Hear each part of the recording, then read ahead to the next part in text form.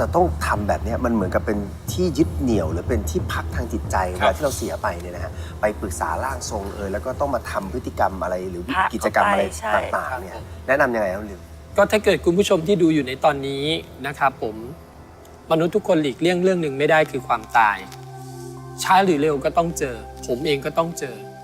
แต่สิ่งหนึ่งเนี่ยที่เวลาที่เราเจอแล้วคนในครอบครัวจะต้องมีสติแล้วก็มีเหตุผลให้มากในการดำเนินชีวิตแล้วหมั่นทำบุญสร้างกุศลให้กับบุคคลที่ล่วงลับไปแล้วเพราะฉะนั้นหน้าที่ของเราเมื่อมีคนในครอบครัวเสียสิ่งแรกที่ควรทำคือแม่ต้องยืนอย่างเข้มแข็งให้ลูกได้เห็นว่าเราสามารถดูแลตัวเองได้เพื่อให้เขาจากไปอย่างสงบสุข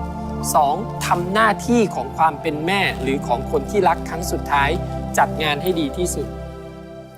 ทำสิ่งที่ดีที่สุดเท่าที่เราจะทำให้เขาได้ในวาระสุดท้ายของเขานะครับเพื่อให้เขาได้จากไปอย่างสู่สุคติไม่ใช่ไปสร้างศาลไม่ใช่ไปทำรูปปั้นไม่ใช่ไปทำอะไรเพื่อเรียกร้องให้ดวงวิญญาณยังต้องอยู่กับเรา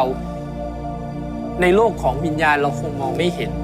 แต่ในโลกของความเป็นจริงคุณกำลังเอารูปปั้นนั้นขังจิตวิญญาณคุณเองให้ทุกข์และทรมานไปกับรูปปั้นนั้นจนกว่าคุณหมดลมหายใจสุดท้ายเอาละครับก็